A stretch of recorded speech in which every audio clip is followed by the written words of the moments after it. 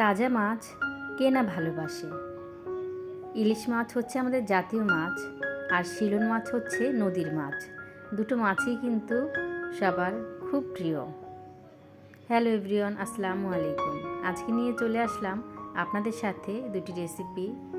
ইলিশ মাছ আমাদের সকলেরই পছন্দ। ইলিশ মাছ ভাজি এবং সেই সঙ্গে থাকছে শিলন মাছের ঝোল। এই মাছগুলো কিন্তু চাঁদপুর থেকে নিয়ে আসা হয়েছে এবং মাছগুলো কিন্তু বেশ তাজা।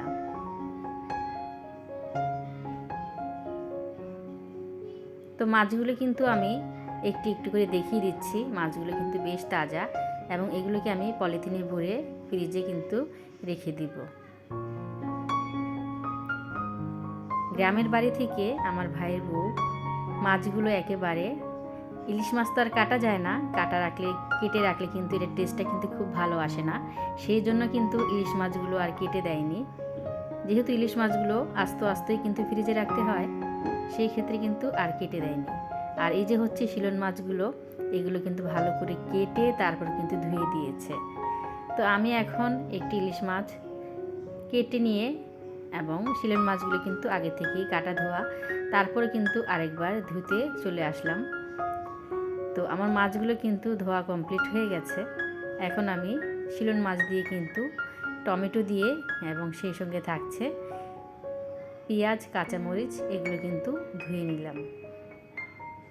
তো আমার মাছগুলো কিন্তু ধোয়া হয়ে গেছে, দেখিয়ে দিচ্ছি। দেখুন কতটা পরিষ্কার করে কিন্তু ধুয়ে নিয়েছি। এখন আমি এগুলোকে,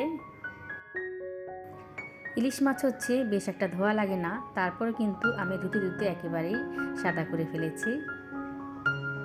আর শিলন মাছগুলো কিন্তু এমনিতেই অনেকটা পরিষ্কার ছিল, তারপর একটু ভালো করে ধুয়ে নিলাম। তো আপনাদের সাথে শেয়ার করলাম। এখন আমি এই পর্যায়ে এসে মাছগুলোর মধ্যে অ্যাড করে নিব পরিমাণ মতো লবণ,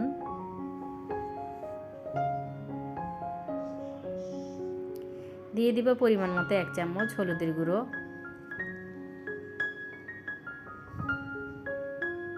অল্প পরিমাণ মরিচের গুঁড়ো। এখন আমি মাছগুলো একসাথে করে কিন্তু মেখে নিব। দুই ধরনের মাছই কিন্তু একসাথে যেহেতু ধোয়া হয়েছে, তাই ভাবলাম একসাথেই মাখিয়ে নিই, এজন্য আর আলাদা করে মাখলাম না। তো আপনারা চাইলে কিন্তু আলাদা করেও কিন্তু মেখে নিতে পারেন।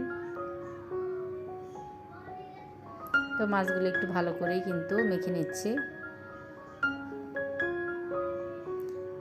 ভাজার আগে মাছগুলো যদি একটু অল্প সময় ধরে যদি একটু ম্যারিনেট করে রাখা যায়, সেই ক্ষেত্রে কিন্তু মাছগুলোর ভিতরে মশলাটা ভালো করে অ্যাড হয়ে যায় এবং মাছটা ভাজি খেতেও কিন্তু ভালো লাগে। এখন আমি এখানে ধনেপাতা, কাঁচামরিচ, পেঁয়াজ এবং টমেটো এগুলো কিন্তু কেটে নিব। আর যেহেতু শিলন মাছ রান্না করব, শিলন মাছের মধ্যে কিন্তু পেঁয়াজ, কাঁচামরিচ এবং টমেটো কুচি দিয়ে রান্নাটা করলে কিন্তু খুব ভালো লাগে। আর এই মাছটা কিন্তু বিশেষ করে ভাজতে হয় না, কারণ এই মাছটা কিন্তু ভেজে রান্না করা যায় না।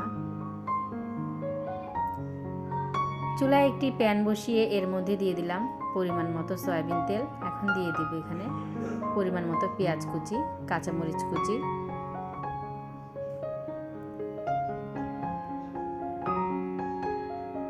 এগুলো একটু হালকা করে ভেজে নিব। তো আমার ভাজা কিন্তু হয়ে গেছে। এখন এখানে অ্যাড করে দিলাম হলুদের গুঁড়ো, মরিচের গুঁড়ো, দিয়ে দিলাম পরিমাণ মতো লবণ। এখন এখানে দিয়ে দিব রাঁধুনি মাছের মশলা, আর দিয়ে দিলাম পরিমাণ মতো ধনিয়া গুঁড়ো। তো রাঁধুনি মাছের মশলাটা হলে কিন্তু এক্সট্রা যে মশলাটা, এটা কিন্তু স্কিপ করা যায়। তো আমি প্রায় সময় কিন্তু রাঁধুনি মাছের মশলাটা দিয়ে কিন্তু মাছটা রান্না করে নিই। এখন মশলাগুলো একটু হালকা পানি দিয়ে একটু কষিয়ে নিব। এখন দিয়ে দিব ম্যারিনেট করে রাখা মাছগুলো। এগুলো আমি হলুদ দিয়ে কিন্তু মাখিয়ে রেখেছিলাম। আর যেহেতু এই মাছটা ভাজি করে রান্না করা যায় না, এটা কিন্তু জাল করেই রান্না করতে হয়। এখন আমি মাছগুলোকে কষিয়ে নিব খুবই আলতো হাতে, যেহেতু এটা নাড়াচাড়া করা যাবে না।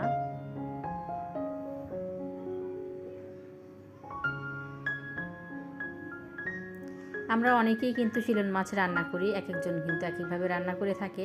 তবে এইভাবে কষিয়ে রান্নাটা করলে কিন্তু শিলন মাছটা খেতে বেশ ভালো লাগে। আর এটা কিন্তু একেবারেই তাজা মাছগুলো।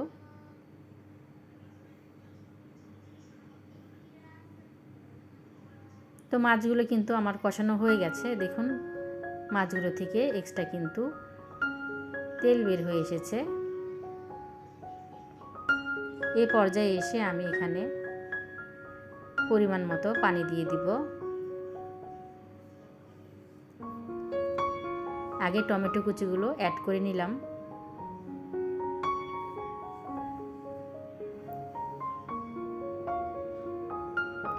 টমেটো ফালিগুলো দিয়ে একটু হালকা আলতো হাতে নাড়াচাড়া করে এখন এখানে পরিমাণ মতো পানি দিয়ে দিব।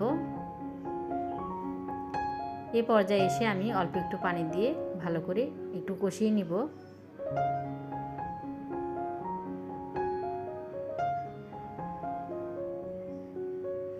দেখুন অফ ক্যামেরায় কিন্তু রান্নাটা প্রায় হয়ে এসেছে। এখন আমি এখানে পরিমাণ মতো ধনেপাতা কুচি দিয়ে দিব। আর এখন যেহেতু শীতকাল চলছে, এখন হয়তো প্রচুর পরিমাণে ধনেপাতা পাওয়া যায়। অবশ্যই চেষ্টা করবেন তরকারির মধ্যে ধনেপাতা অ্যাড করার জন্য, এতে করে কিন্তু তরকারির টেস্টটা কিন্তু খুব ভালো আসে। তো আমি এইভাবে ঢাকা দিয়ে রেখে দিব। ফিরে আসব রান্নাটা কমপ্লিট হওয়ার পর। এখন আমি চুলায় একটি প্যান বসিয়ে এর মধ্যে দিয়ে দিলাম পরিমাণ মতো সরিষার তেল। আমরা অনেকেই আছি কিন্তু সয়াবিন তেল দিয়ে ইলিশ মাছ ভাজি করি। আমি বলবো সবচেয়ে বেশি বেস্ট এবং ভালো লাগে খেতে সয়াবিন বাদ দিয়ে যদি সরিষার তেল দিয়ে ইলিশ মাছগুলো ভাজি করে নেওয়া যায়, সেক্ষেত্রে কিন্তু টেস্টটা খুব ভালো আসে। তো অবশ্যই চেষ্টা করবেন, ইলিশ মাছ যেমনই হোক না কেন, ছোট কিংবা বড়, সেক্ষেত্রে কিন্তু আমরা যদি সয়াবিন তেলটা অ্যাভয়েড করে যদি সরিষার তেলটা ইউজ করি, এতে করে কিন্তু খেতে খুব ভালো লাগবে। তো আমি মাছগুলো এক এক করে দিয়ে দিচ্ছি। তো ইলিশ মাছ ভাজি করতে কিন্তু আমরা সকলেই পছন্দ করি। আর ইলিশ মাছ ভাজি কিন্তু অল্প সময়ে হয়ে যায়। অনেকেই আছে মাছটা একেবারেই ফ্রাই করে নেয়, একদম লালচে করে, খুব করকরে করে। তো আমি বলবো সেক্ষেত্রে একটু বেশি করকরা না করে একটু হালকাভাবে যদি ভেজে নেওয়া যায় মিডিয়াম করে, এতে করে কিন্তু খেতে বেশ ভালো লাগে। তো যেহেতু এক একজনের এক এক রুচি, আমি কিন্তু বেশ কড়াও না, একেবারে বেশ হালকাও না, একটা মিডিয়াম সাইজের করে মাছগুলো ভেজে নেব। তো চুলার আঁচটা কিন্তু লোতে রেখেই আমি মাছগুলো হালকা করে ভেজে নিচ্ছি।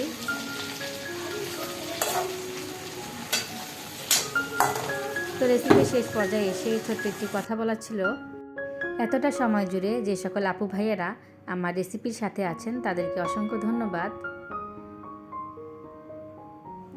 যারা এখনও ছোট্ট একটি লাইক করতে ভুলে গেছেন, প্লিজ ছোট্ট একটি লাইক করে দিবেন। সেই সঙ্গে আমার রেসিপির কোনো একটি অংশ যদি আপনার থেকে ভালো লেগে যায়, তাহলে প্লিজ চ্যানেলটি সাবস্ক্রাইব করে আমার পাশেই থেকে যেতে পারেন। ফিরে আসবো নতুন কোনো রেসিপি নিয়ে। আসসালামু আলাইকুম, আল্লাহ হাফেজ।